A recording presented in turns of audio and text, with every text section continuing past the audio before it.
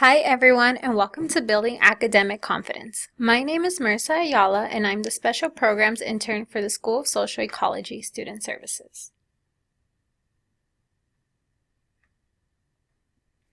What today's workshop will be about. Think school is tough and overwhelming? Maybe you're just lacking the confidence to be a successful student. Today we invite students to come and learn how to boost their academic confidence so that they may thrive academically.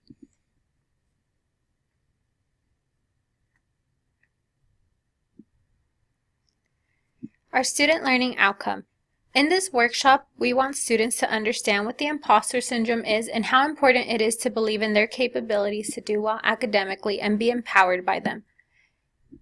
Essentially, we just want to build students' confidence because we know school is tough and a lot of times we can compare ourselves to everyone around us and put ourselves down, but this workshop is designed so that we can help students understand what the imposter syndrome is so that they can work on ways to minimize it. One of the biggest issues students face is having self-efficacy. Academic self-efficacy can be described as a person's confidence in their ability to organize, execute, and regulate performance in order to solve a problem or accomplish a task at a designated level or skill. Self-efficacy is important because it's a big predictor of our performance. For example, if I go into a class believing I'm not going to do well, chances are that I'm not going to do well. This is because I'm going in with this preconceived notion that I can't do it or I don't have the confidence in myself. Now, if I go into that same class with confidence and a more positive attitude, chances are that I'm going to perform better even if the material is challenging for me. This is why it's so important for you to believe in yourself. Something that really prevents students from having self-efficacy is the imposter syndrome, which is a concept describing high-achieving individuals who are marked by an inability to internalize their accomplishments and a persistent fear of being exposed as a fraud. As someone who suffers from the imposter syndrome, I know that it can be very detrimental to our academics because it can really cause us to doubt our abilities. So here are some of the signs that you may suffer from the imposter syndrome. Number 1 is feeling like a fraud. So maybe you have this job or an internship that you don't feel like you're qualified for, or for some of us it may be that we don't think we're smart enough to be in a four-year university. Another sign of the imposter syndrome is feeling like you are simply lucky. For example, when I do well on a test, I usually feel like I just got lucky even if I studied really hard. So I always think I get lucky even when I know that my grade is a representation of my hard work. It's just hard to believe that I did well. Finally, the imposter syndrome leads people to discount their successes, which is usually because they don't feel like they are worthy of them.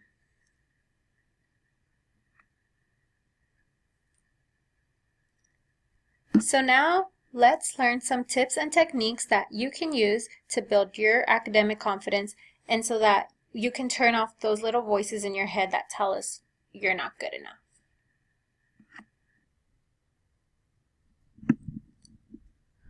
One of the best ways to combat the imposter syndrome is by setting realistic goals, which are also known as SMART goals.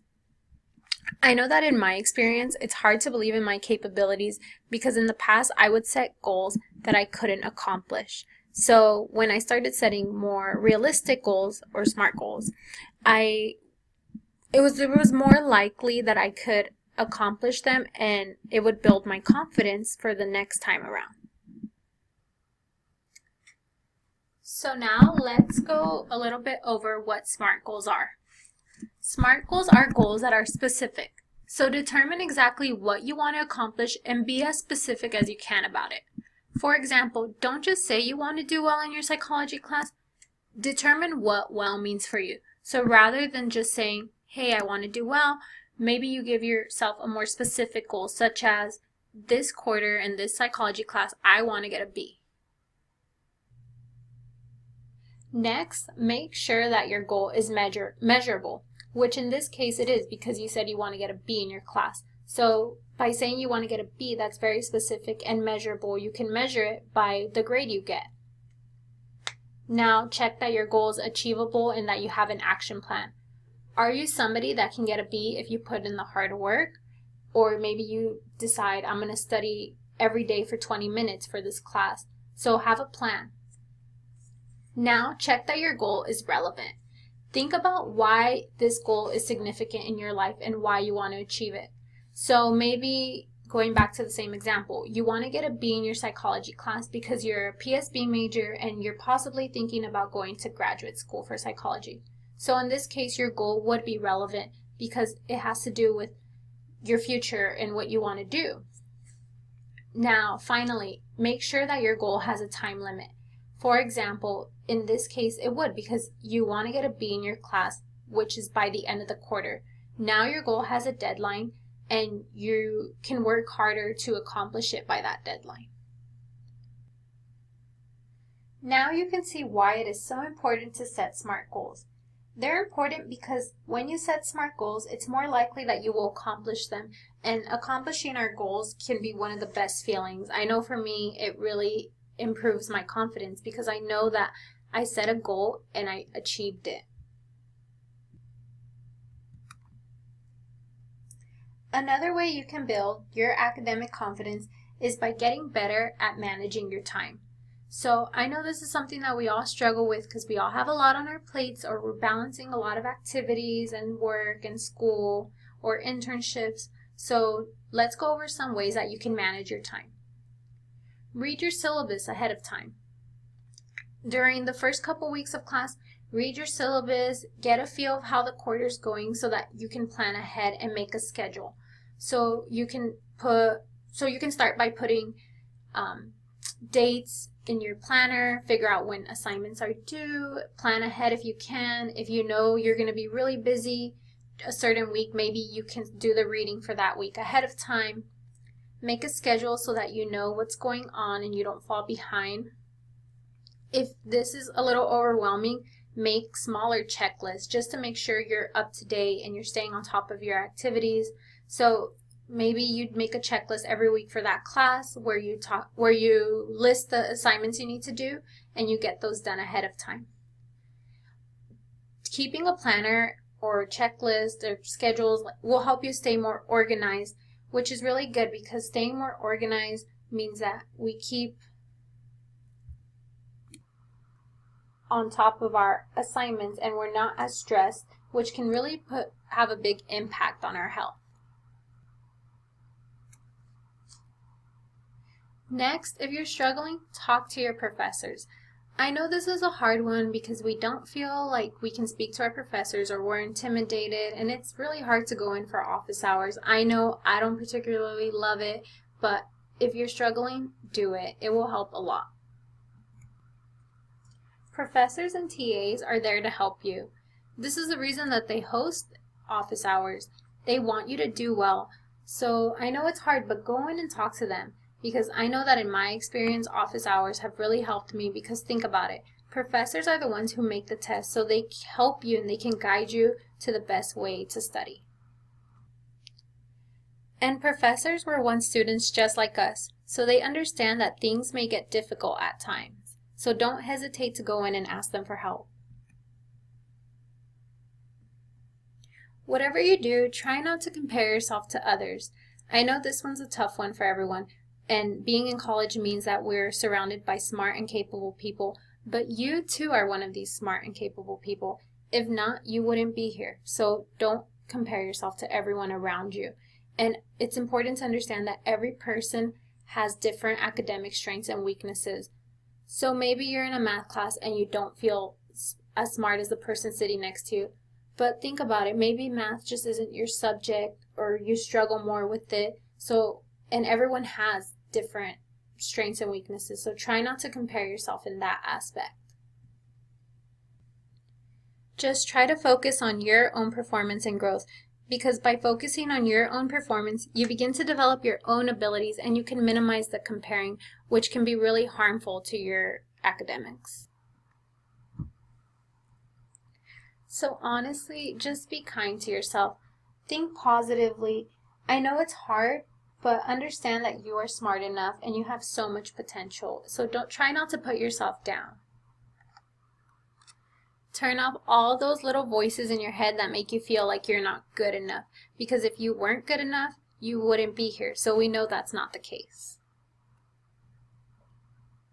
Next, if you need to, make a list of all the things that you have accomplished. I know that this helps me because reflecting on my past accomplishments really gives me the motivation to accomplish my present goals. Also, make sure that you're surrounding yourself with positive friends and peers. Surround yourself with people that are going to encourage you to do better or help you rise up. Don't surround yourself with people who are negative or don't care about school. Make sure you're surrounding yourself with the right people that are only going to encourage you to do better. And finally, make sure that you're taking care of yourself mentally, emotionally, and physically. I know school is important, but make sure that you also are okay mentally and emotionally, because if you're not, it's going to be really hard to dedicate yourself to school and do well. So make sure that you're taking care of yourself, whatever it takes, journaling, meditation, whatever it is, just make sure that you are also taking care of your body.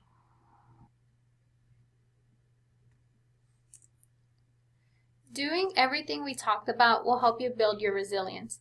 It's important to build resilience and confidence because it prepares us for the future. As you can see in the picture below, confidence is like a muscle. The more you use it, the stronger it gets. So just keep accomplishing everything that you're trying to get done, and you're only going to keep building your confidence for the future. Finally, here are some resources that are available to students.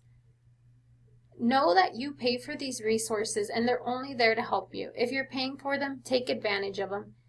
First, we have the Counseling Center. This is really good. Like I said earlier, make sure that you're taking care of yourself mentally and emotionally. So if you need help with that, that's okay. I know I've used it before, so go to the Counseling Center, maybe get some tips and techniques that you can use on how to be more mentally prepared for school. If you're looking for a job, maybe you can go to the Career Center, have your resume looked at. There's the ARC, which is the Recreation Center, which you can use, again, to keep yourself healthy physically. Maybe you like working out or you like going to yoga classes and it helps you meditate. Take advantage of it because it's there. Also, there's a Student Health Center. Like I said before, you need to take care of yourself, so maybe you can go to the Student Health Center and make sure you're okay, and when you're sick, go right away, because the longer you wait, the worse it can get and you can fall behind. So here are the resources available to you. As students, use them. Finally, that is the end of our workshop. So thank you all for participating and listening to everything I had to say today.